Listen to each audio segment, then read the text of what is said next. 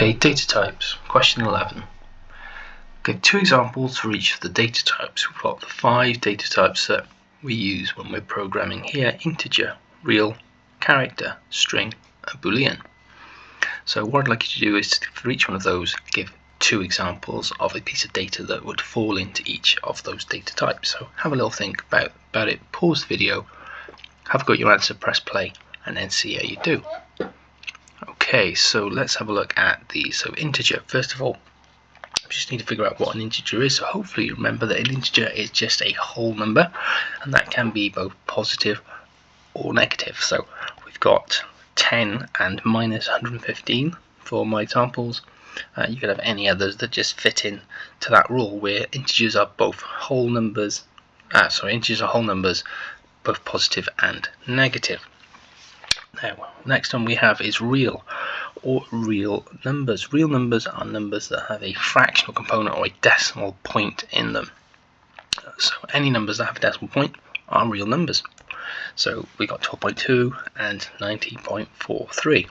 And the reason we need to have different types of data for these two different types of numbers is that computers need to store them differently. So a computer will process a number with a decimal point very differently to a number, let's say whole number.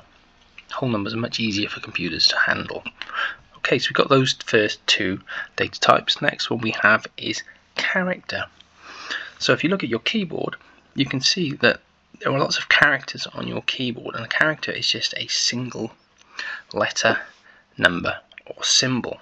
So in my example, I've just chosen A and the dollar symbol. So there just has to be one of them. Okay, now next one we have a string. A string is just a collection of more than one character. So when you put more than one character together, you end up with a string. So I've got my 2 examples, got hello, and I've got word for my 2 examples.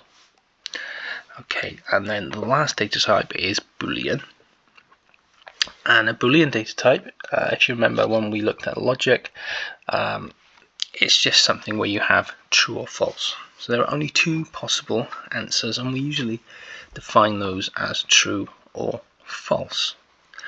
Okay, part B, if you want to quickly have a go at that if you haven't already done so, let's just make up your own mnemonic to learn the names of the data type. So a mnemonic is just a sort of memory device that you use, so you could take each letter of so integer, so I, R, C, S, B, and come up with some sort of rhyme or some words that fit those letters to help you remember them.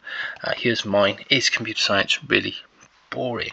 And somebody once said that no, it's not boring, there's just lots to remember.